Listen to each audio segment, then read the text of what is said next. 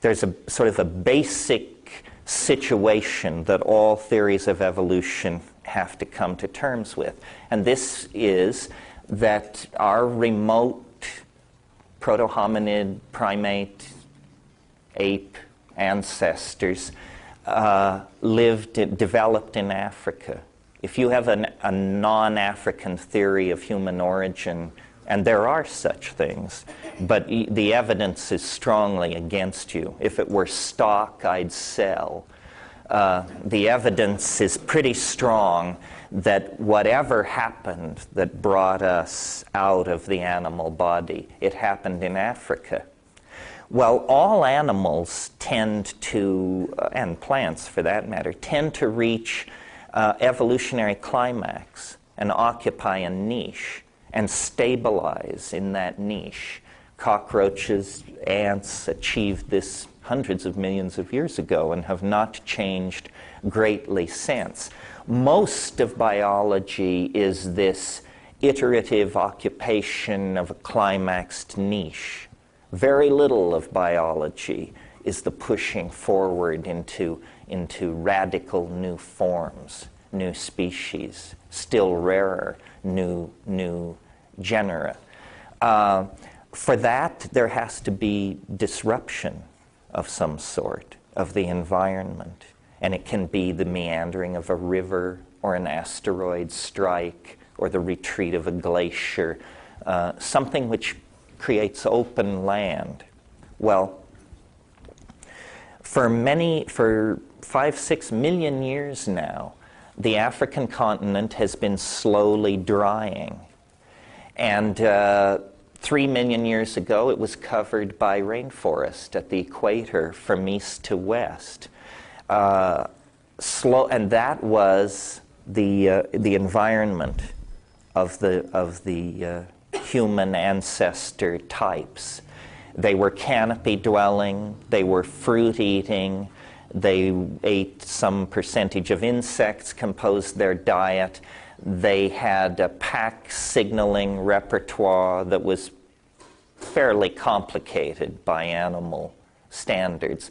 And there they were, happily living in the canopy. But Africa began to dry up, and they came under nutritional pressure.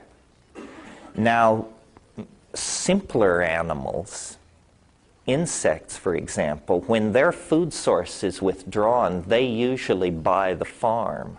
They don't have much flexibility of diet.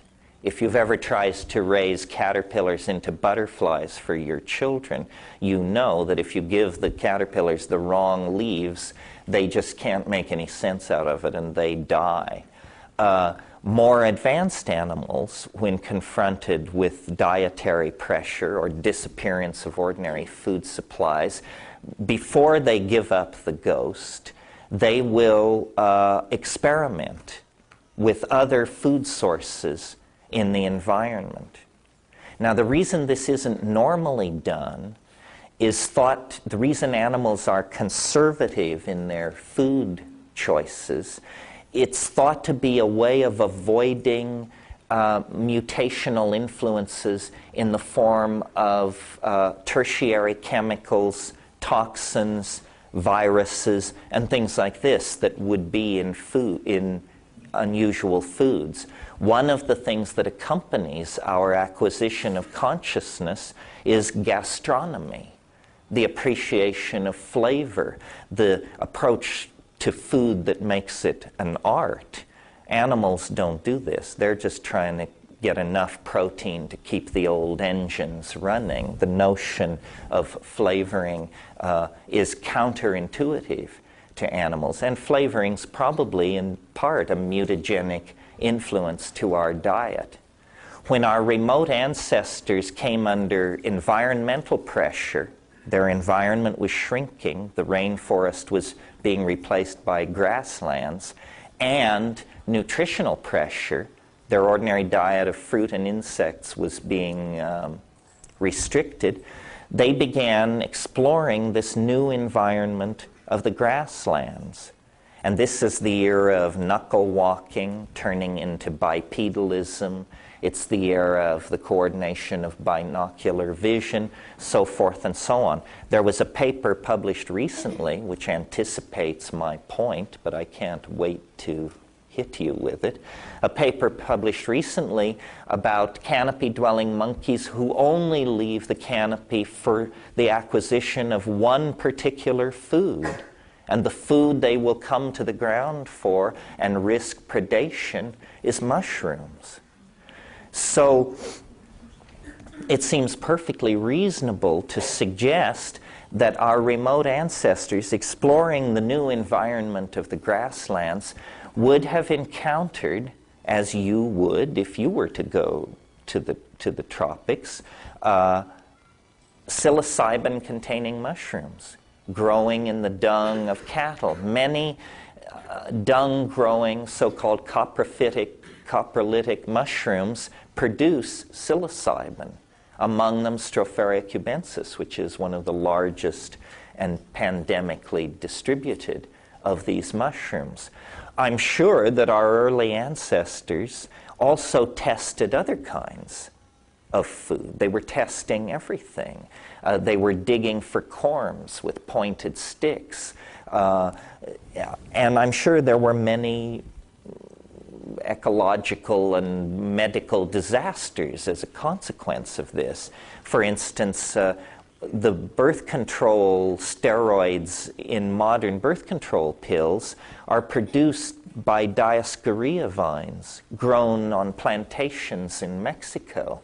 Well, Dioscorea is the family of sweet potatoes.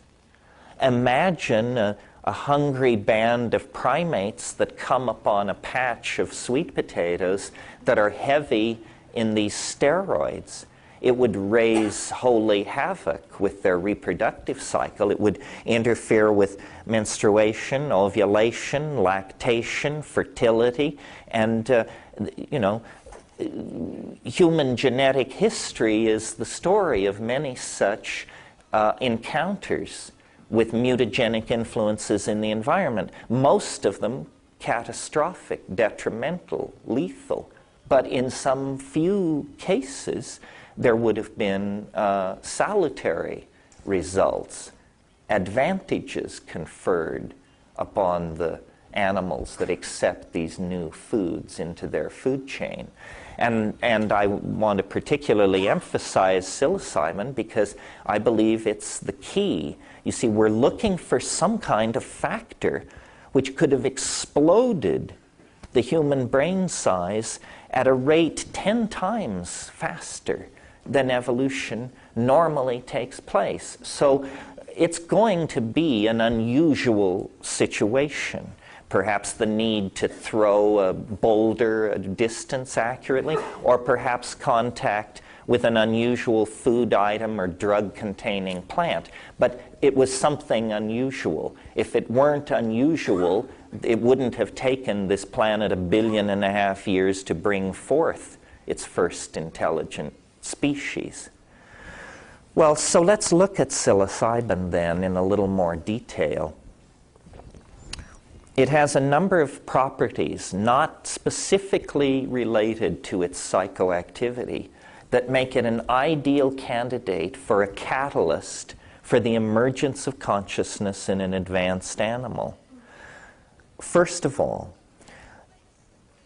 and at the early stage of human invasion of this new grassland environment, proto-hominid invasion, I should say, we were testing foods. We would certainly have tested this food. I've seen these things the size of dinner plates in the Amazon after a rain, and they are silvery with blue and purple shading. They are the most dramatic thing in the environment, whether you know anything about them as psychoactive agents or not. Certainly they would have been tested for food. I've seen baboons in Kenya investigating cow pies and flipping them over because beetle grubs nestle underneath them. So cow pies are a natural vector for hungry baboons, so that everything is in place. It's trivial to suggest otherwise, I would maintain. Okay. The first quality of psilocybin, which isn't specifically related to its psychoactivity, is that in small doses, doses that are the kind you might obtain if you were just sort of eating it along with little roots, grass roots, small bugs, so forth and so on, visual acuity is improved. Specifically, edge detection is improved. Well, now, it seems to me you don't have to be a rocket scientist to figure out that if you're in a highly competitive evolutionary environment in grassland, an environment characterized by large predators hunting cats, and also characterized by small ungulate prey, that having an increased sensitivity to edge movement might make the difference between whether or not you live to tell the tale or you become somebody's dinner, or it would certainly make the difference between going home empty-handed and taking dinner home with you. So a factor which enhanced edge detection on those animals accepting that food supply into their food chain, they would have a slightly increased chance of evolutionary success as opposed to the non-psilocybin members of their group. And this increased hunting success would tend to outbreed the non-psilocybin using members of the group. At slightly higher doses, in highly sexed animals like primates, all alkaloids are what are called CNS stimulants, central nervous system stimulants. That means that they produce arousal. And in sexually extremely active animals like primates, arousal means erection, usually in the male, usually followed by hanky-panky. What anthropologists and primatologists call successful instances of copulation. Well, again, what is this? It's a second factor tending to outbreed the non-psilocybin using members of the population. They're now definitely moving to the rear of the parade. They don't have as much hunting success. They don't have as much food for themselves and their offspring. They're not having as much sex, so they're not having as many offspring. And, in terms of rising and falling numbers, those that have some allergy, prejudice, or fear of the mushroom are just being shunted out of the breeding population. Well, at still higher doses, approaching effective doses of 20 milligrams or more, in other words, 4 grams dried and up, or 45 grams wet and up, hunting is out of the question. Sex is something you can consider, but it's out of the question. And you are basically nailed to the ground in a state of mind which we, for all of our sophistication, our logical positivism, our superconducting super colliders, and all the rest of it, haven't a clue as to what it is, what it means, what its implications are. The full-blown psychedelic experience of which we can only speak in terms of religious hierophany, epiphany, apokatastasis, and all those other great Greek words, ataraxia. In other words, we like it, but we don't understand it. And it is, therefore, the basis for religion.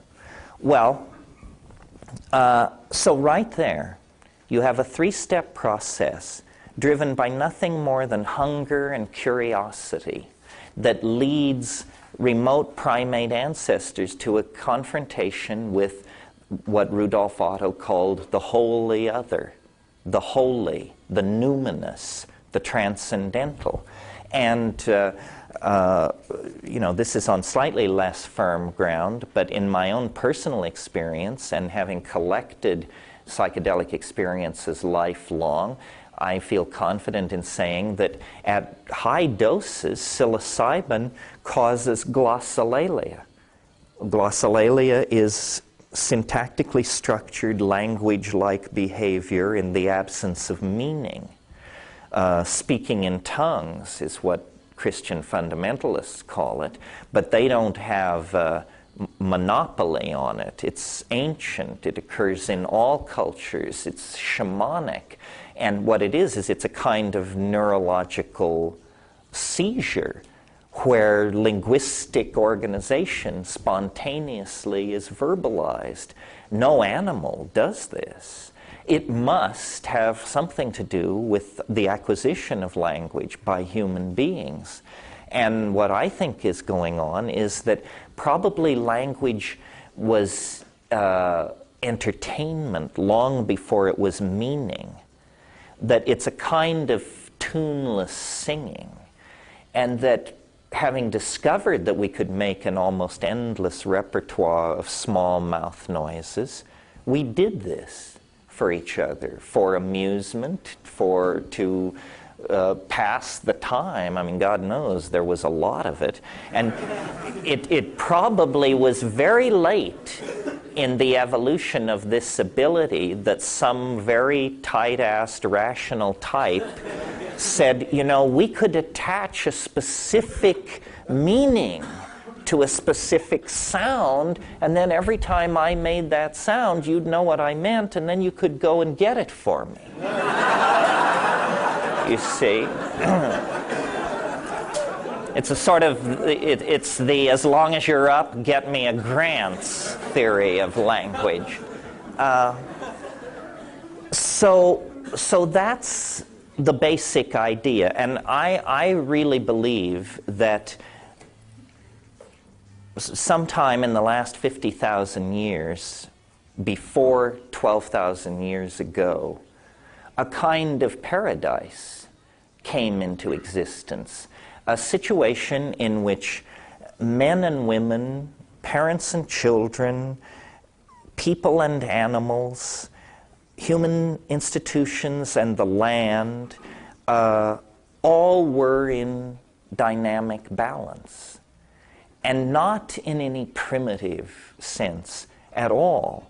Language was fully developed. Poetry may have been at its climax. Dance, magic, poetics, altruism, philosophy. There's no reason to think that these things were not practiced as adroitly as we practice them today. And it was under the aegis of the boundary-dissolving influence of psilocybin. We were nomadic. We were breeders and caretakers of cattle. We worshipped a great goddess. We followed a yearly round in a vast grassland cut by crystal streams that were washing down out of the higher altitudes. And we were probably black as your hat, for that matter. And it was great.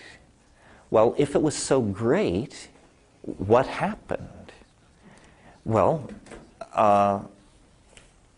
the very forces which created this situation, and you will recall what it was the drying of the African continent, forcing us out of the trees, forcing us to change our diet, forcing us to accept a dung-growing mushroom. And there were other factors forcing us into consciousness as well. When we became omnivorous, the first form of consciousness is having the point of view of your prey. Predatory animals have the highest form of animal consciousness, big cats, but it's a consciousness of the exterior world. Psilocybin forced us beyond that into consciousness of the imaginal world, the world of the imagination inside our heads. What happened was the mushroom faded. The climate changed. What had been everywhere became seasonal, moved into the rain shadows of mountains. became the prerogative of a special class of people called shamans, who were like the designated hitters for dealing with the hyperspace of the mythos. In other words, over millennia, the connection went from available to everyone all the time to ever more tenuous, finally faded out entirely. It's even more complicated than that, because surely people would have, as they saw this happening, make attempts to preserve the mushroom.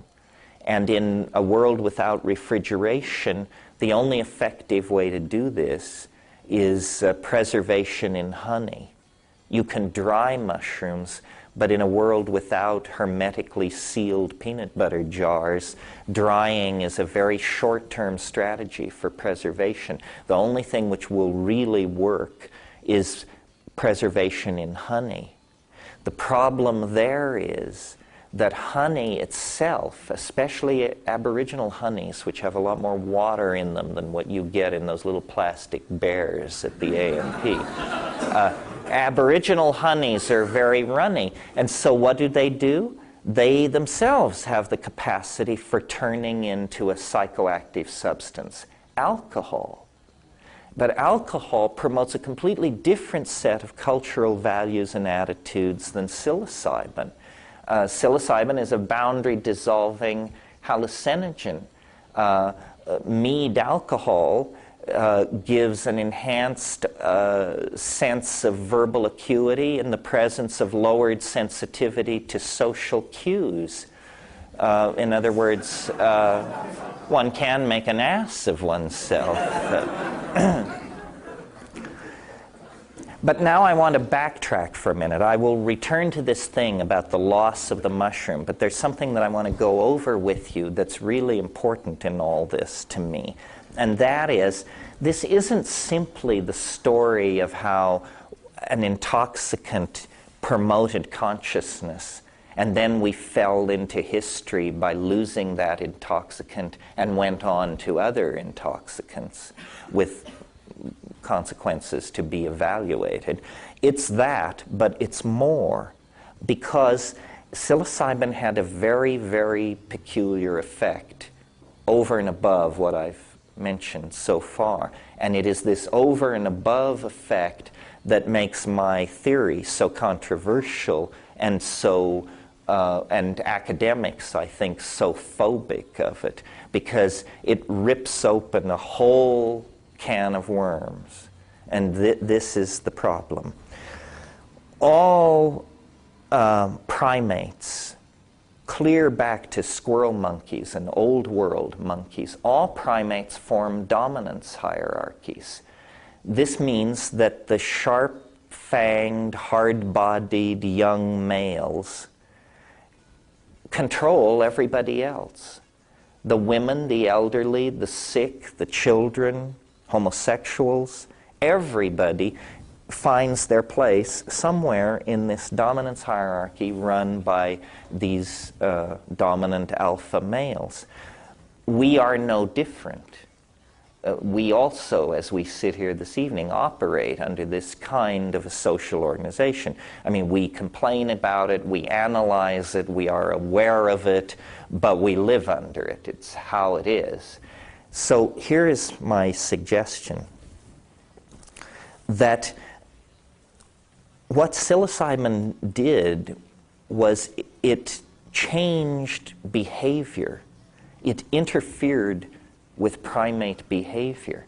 Specifically, it interfered with this tendency to form monogamous pairs and dominance hierarchies.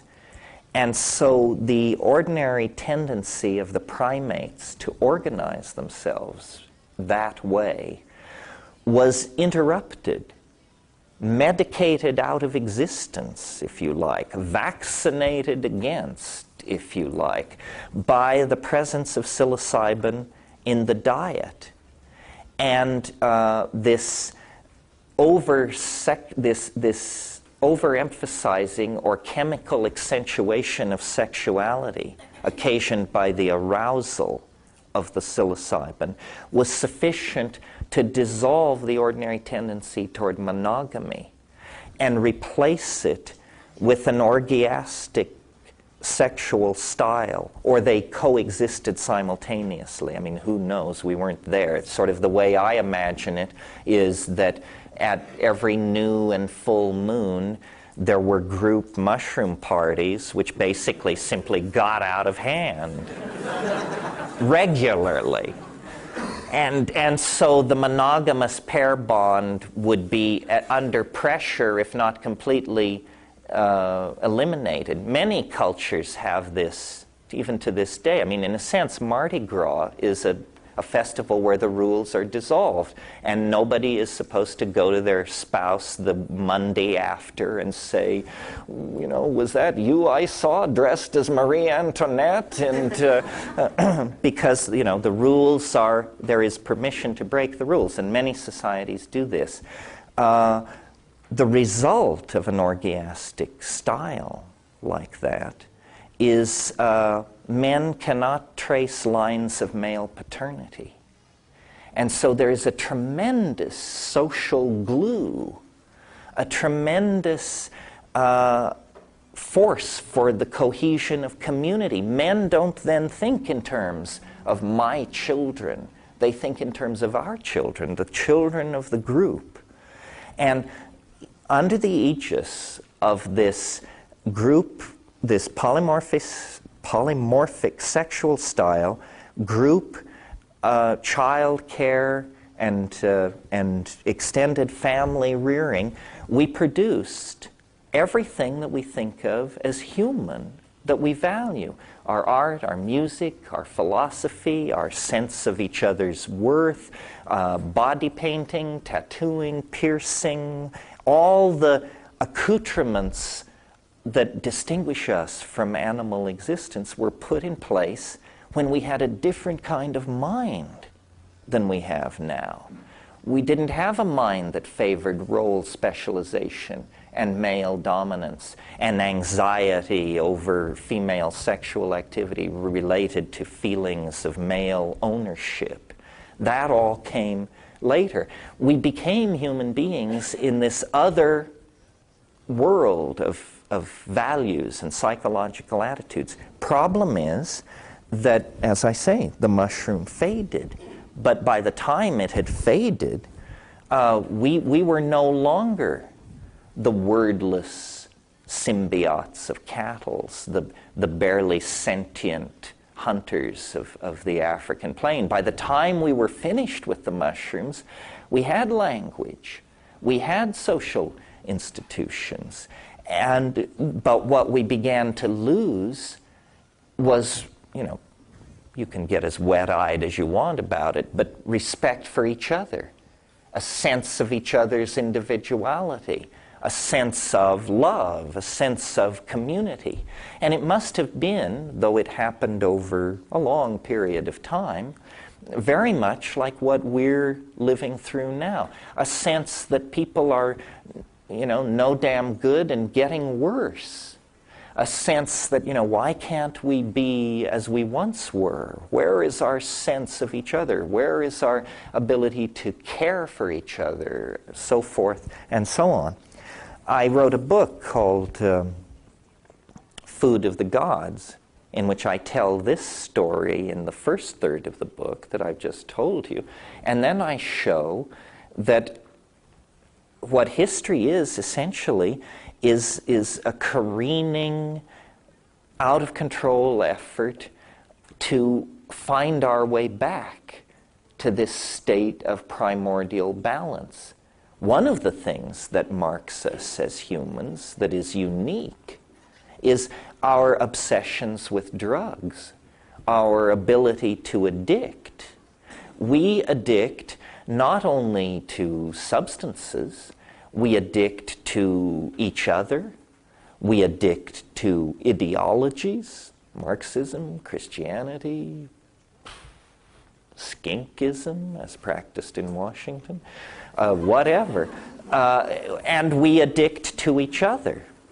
You know, I mean, I am a romantic with the best of them, but I can't help noticing that a broken heart and a heroin withdrawal show very similar presentations. Really.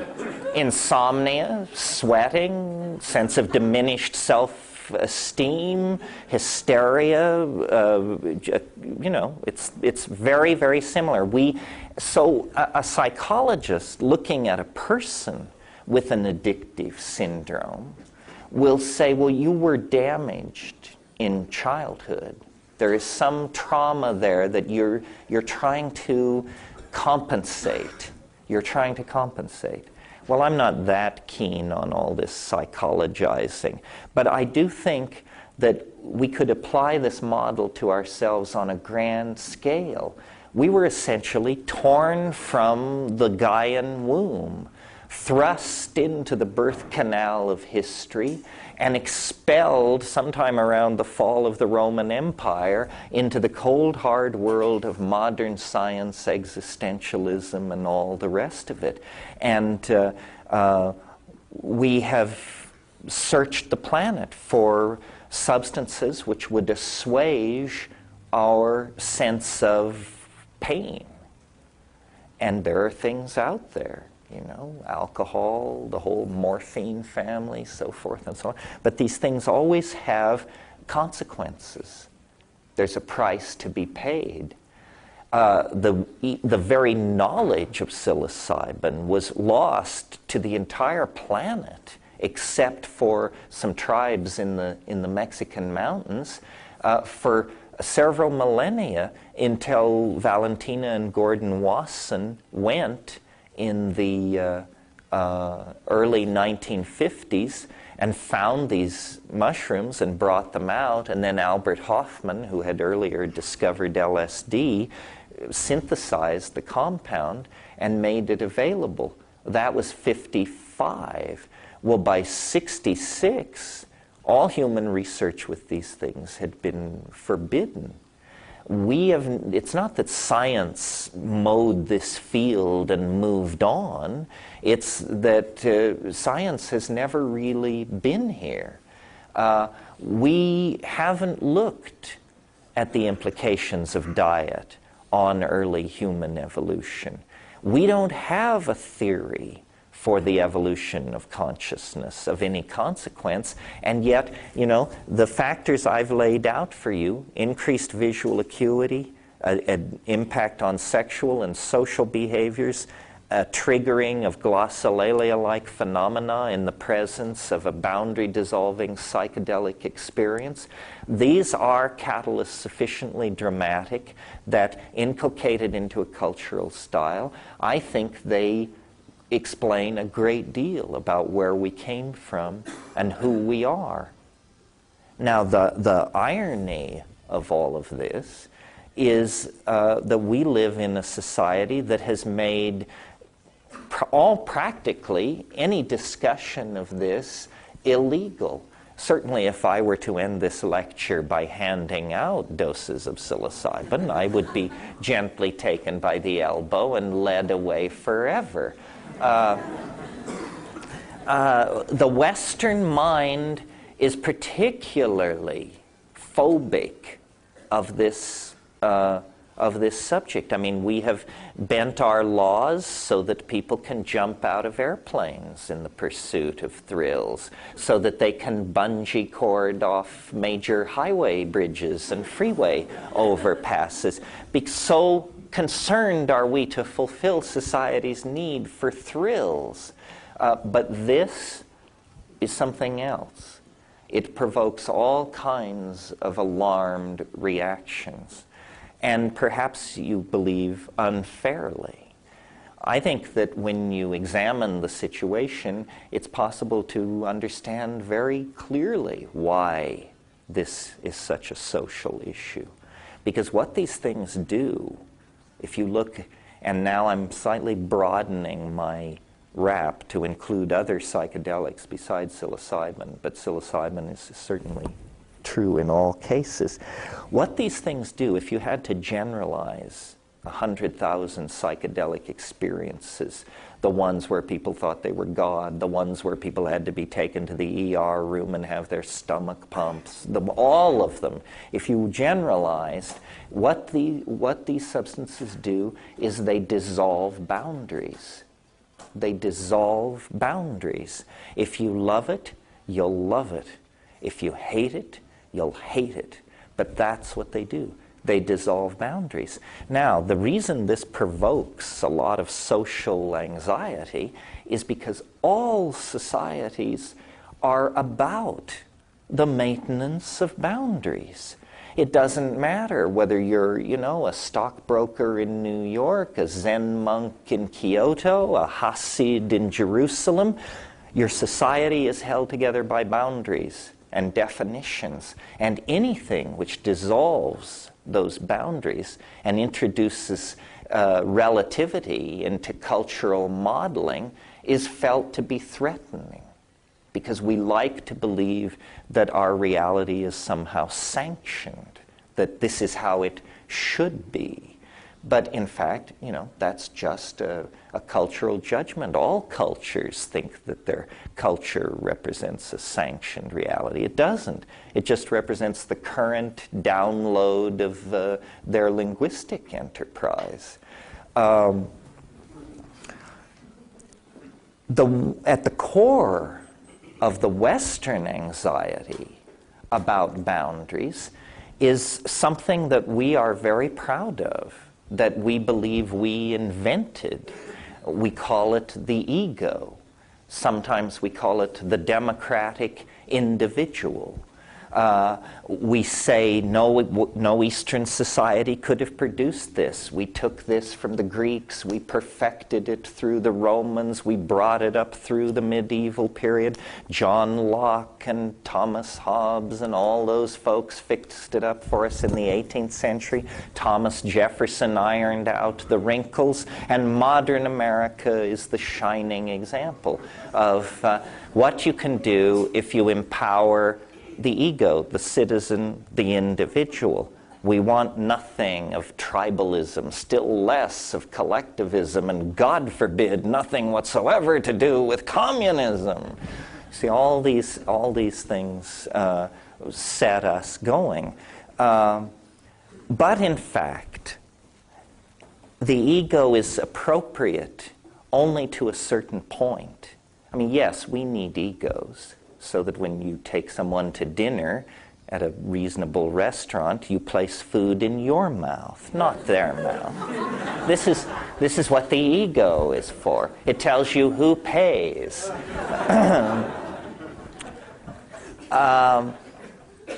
But in fact, what the ego is the return to consciousness of this psychic structure related to the patterns of dominance. And the way I think of the ego is it's like a cyst or a calcareous growth or a tumor that gets going in the personality. And if not treated, it becomes chronic. And then there is no cure. There can only be, a certain amount of maintenance and medication of it. But it's incurable, except unless we resort to not only non-prescription drugs, but drugs currently illegal. In other words, the psychedelics, through this boundary-dissolving function, dissolve that boundary as well. And so they promote a larger sense of the world than the values of capitalism, competitiveness, object fetishism, property acquisition, and the bottom line, empower. So the issue, as was always sensed since the 60s forward, I think, is not simply an issue of religious freedom or an issue of an eccentric minority social practice being tolerated by the majority, the way they tolerate handing out pamphlets in airports or something like that. The issue is, in fact, what kind of people shall we be? And then what kind of society shall we put in place? And that's why my theory of evolution is not simply a dry footnote on an issue that involves anthropologists, primatologists, and biologists, but it turns into a political issue because our unhappy, addicted, ego-driven condition has become not simply the source of our own unhappiness. That was bad enough. But now it's the source of great discomfort and dislocation for all life and human society on the planet. We are out of control. We are basically severely addicted to things and cannot stop ourselves. And we know, or we should know, that there is not enough petroleum, heavy metal, so forth and so on, in the planet to give all the thing addicts all the things that we know they must have in order to be happy.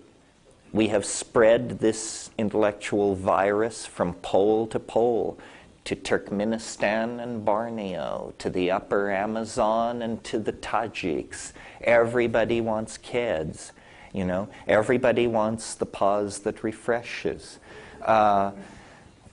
What are we going to do about this? Well, so far, we've been treating it like an endless garden party. There's no serious plan on the table to deal with this at all. I think that the momentum of human history is pushing us inexorably toward some kind of day of reckoning, and in which we are either going to have to turn consciously toward brutality and selfishness and say, well, let India go, let Bangladesh go, triage, costs too much, can't possibly fix the problem. In order to maintain our locked compounds and our 50 channels of television and the endless availability of arugula, we have to let India go. We're going to have to turn that way. In other words, each consciously participate in a choice to brutalize the human enterprise, or we're going to have to seriously talk about very major restructurings of our society. And I don't really know how we do that. I was living in Northern California a couple of years ago when they wanted to close an air base near here, and the newspapers were filled with for weeks with analysis of whether Western civilization could absorb this hammer blow at the very heart of its institutions of closing one friggin' air base, for crying out loud. That's not my idea of major change, you know? We may have to give up some of our pretty things. We may have to discipline some of the irresponsible social philosophies that run amok among us. And no, I don't mean the advocacy of psychedelic plants.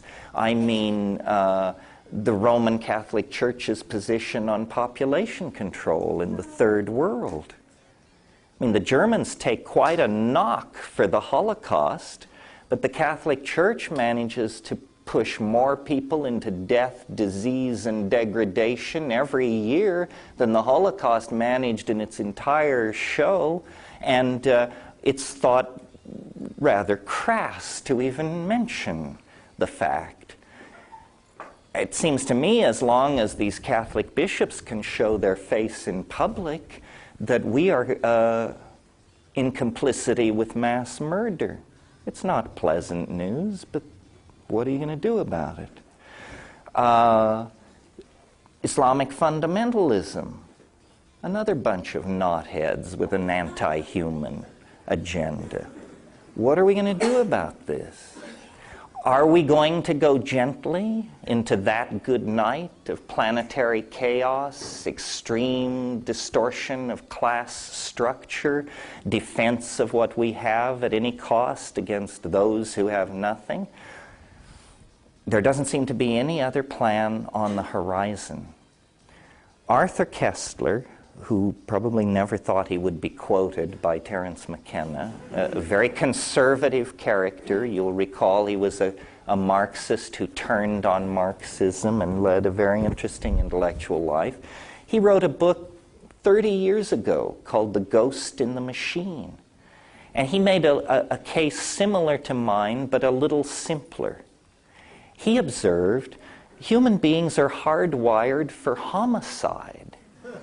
This is what we do best because this was something we had to do, apparently, at some point in our past, at least in Koestler's view. He didn't believe in a mushroom paradise.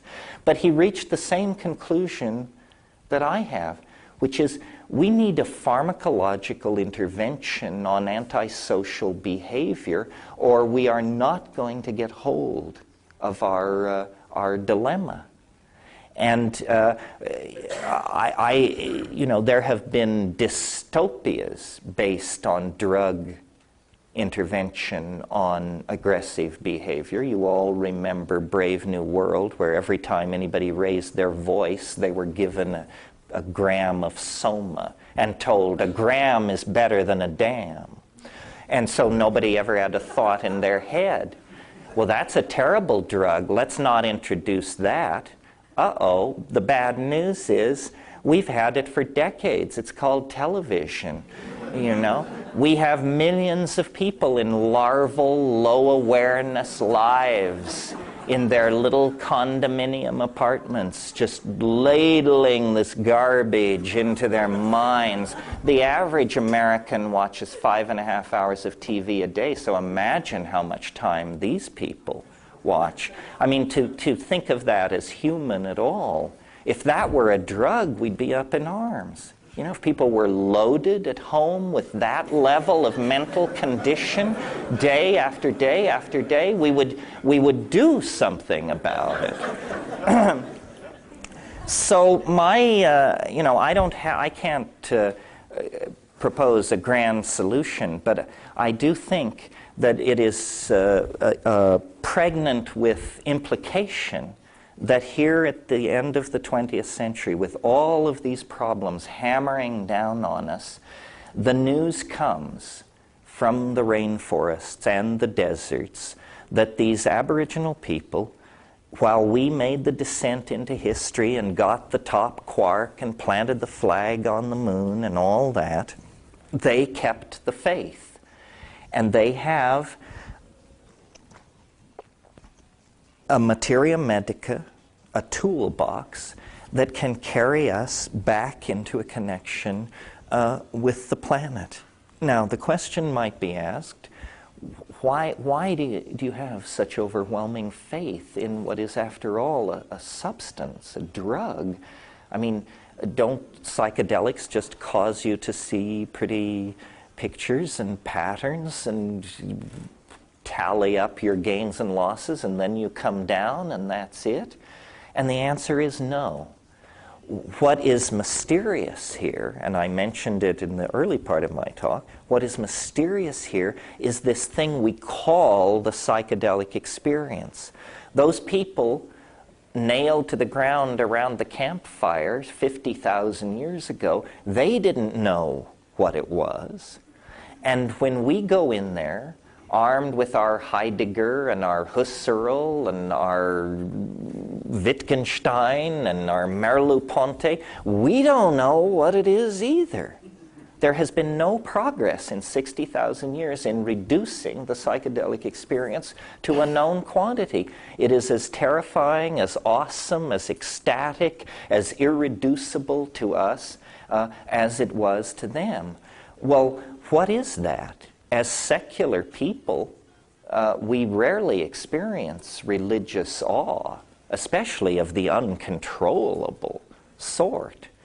I believe that what makes the psychedelic experience so central is that it is a connection into a larger modality of organization on the planet, which is a fancy way of saying it connects you up to the mind of nature herself. The planet is not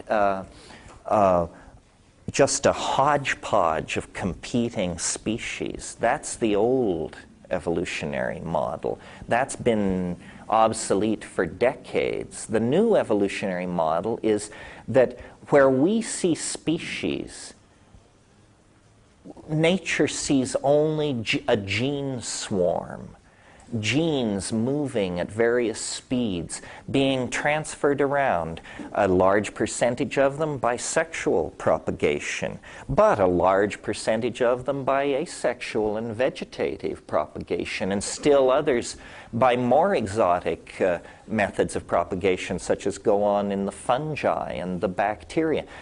The world is a gene swarm. And people like Lynn Margulis and James Lovelock have been suggesting for years that the Earth is a kind of thermostatic self-regulator. Well, if you carry that idea far enough, thermostatic self-regulator is a way of saying a kind of computational engine, a kind of computer, a kind of mind, a kind of mind. The Gaian mind. The reason those mushroom-eating, orgiastically behaving people worshipped a great horned goddess, the reason they imaged the numinous other as feminine, was because they had a connection into a kind of overarching intelligence that they instinctively and intuitively felt to be feminine. And we retain this in our languages as the idea of Mother Nature and the femininity of the land and so forth and so on. But it's just become a distant metaphor to us. I think our intelligence is a source of toxicity to nature and discomfort to ourselves unless our values are based on planetary values, are linked to the values of the rest of nature. And that means we need to fit ourselves more appropriately into the scheme of things by limiting our numbers, by limiting our extraction of natural resources and toxification of the environment.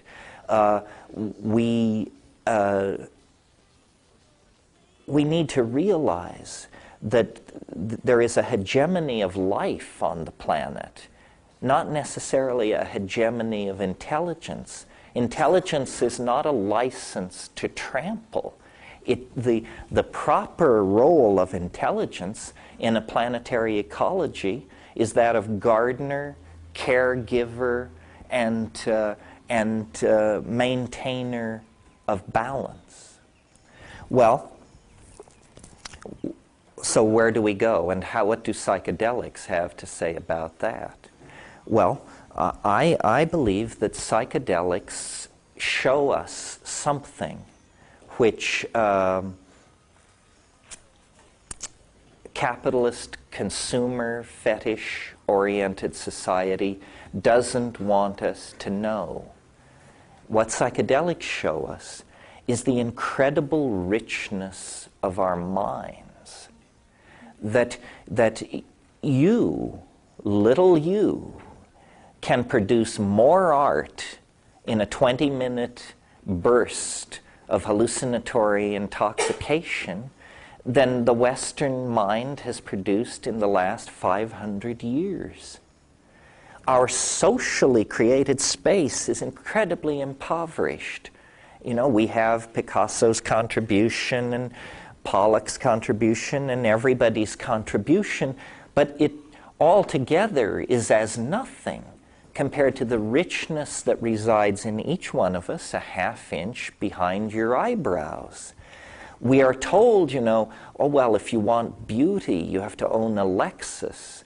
Or, if you want a sense of satisfaction, then you need a triple-car garage. On and on. This is absolutely not true. These are substitute addictions that will never satisfy for the genuine article. And the genuine article is a connection into the Gaian mind.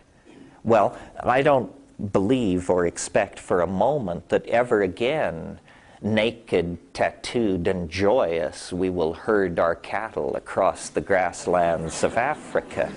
I mean, there are 6 million of us. That chance has been blown. But what can we do to ameliorate our situation? Well, I have always been an optimist. I'm more optimistic right now than I have been for a long time, because sometimes when you're an optimist simply on principle.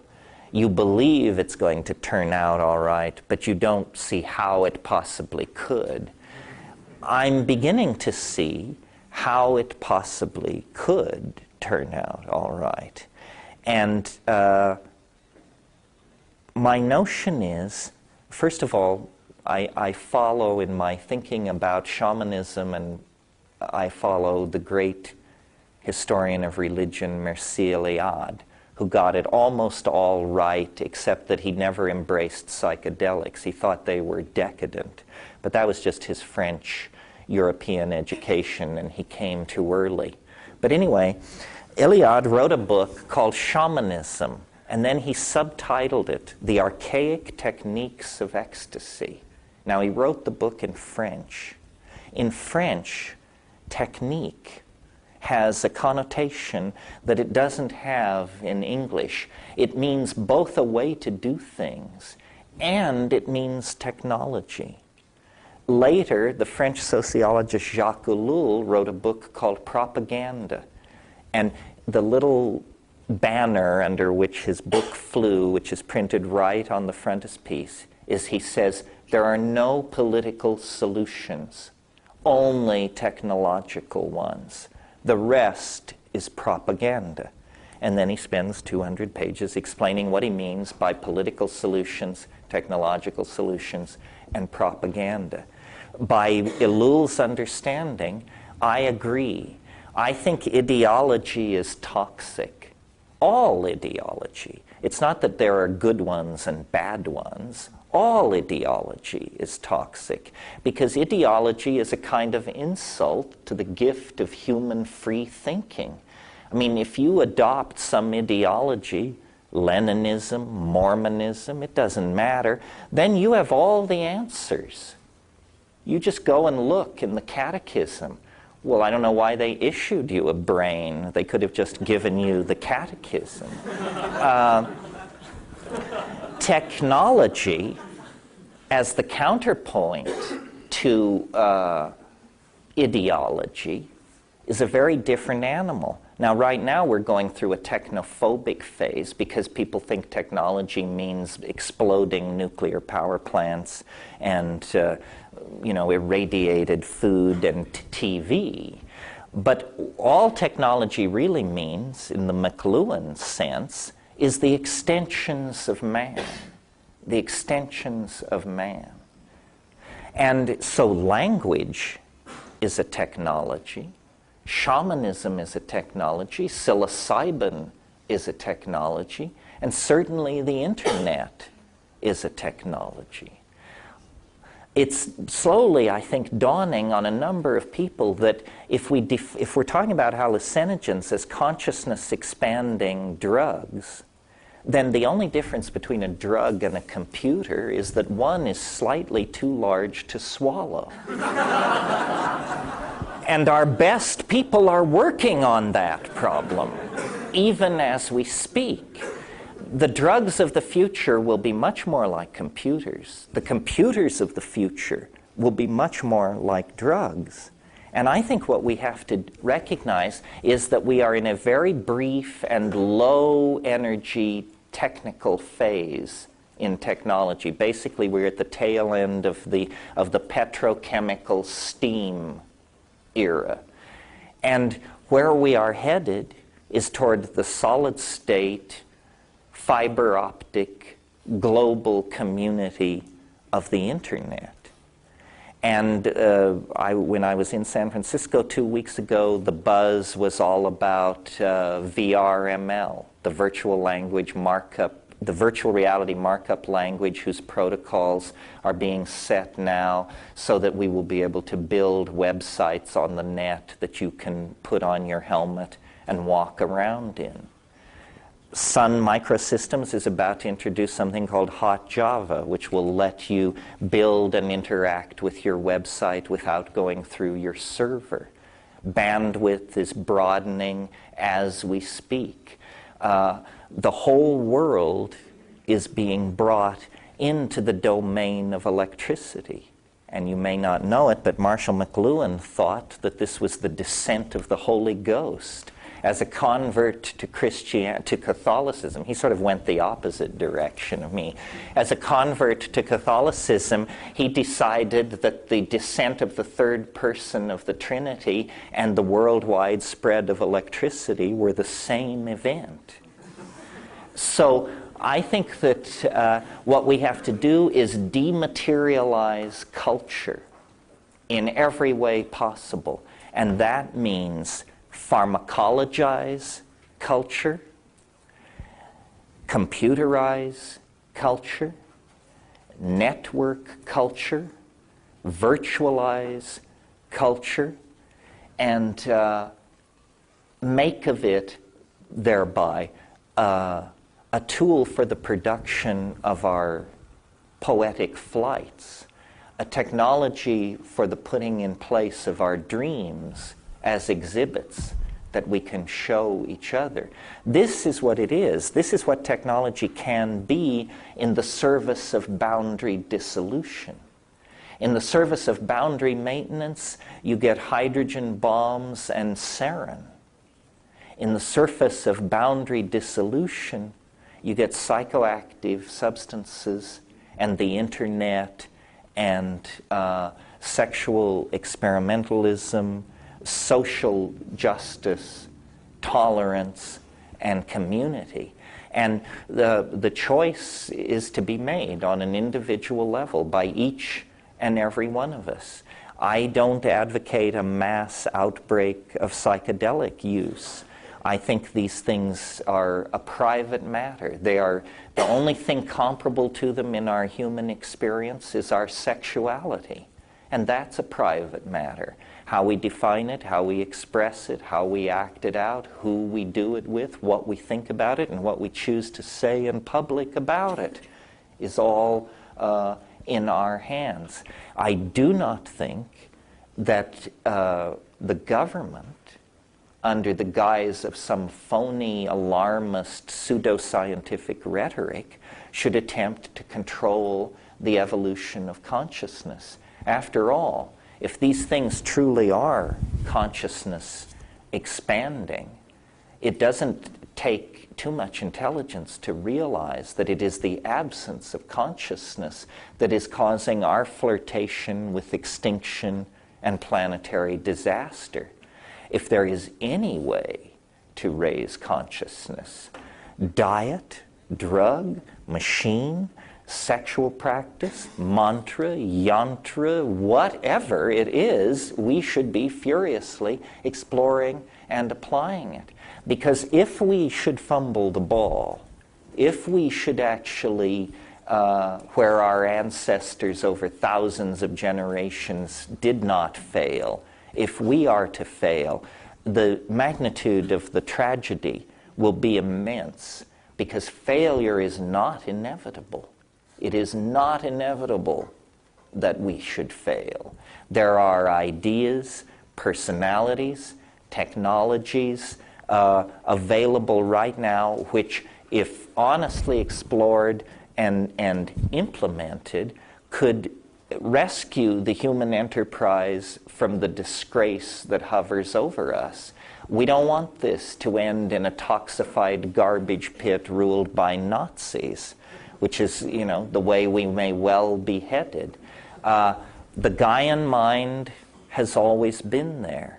Nature originally, through the plants and shamanism, provided the tools for us to access this incredible natural database. Through the vicissitudes of history, previous generations lost the key in Western society. Since the 1960s, the key has been refound.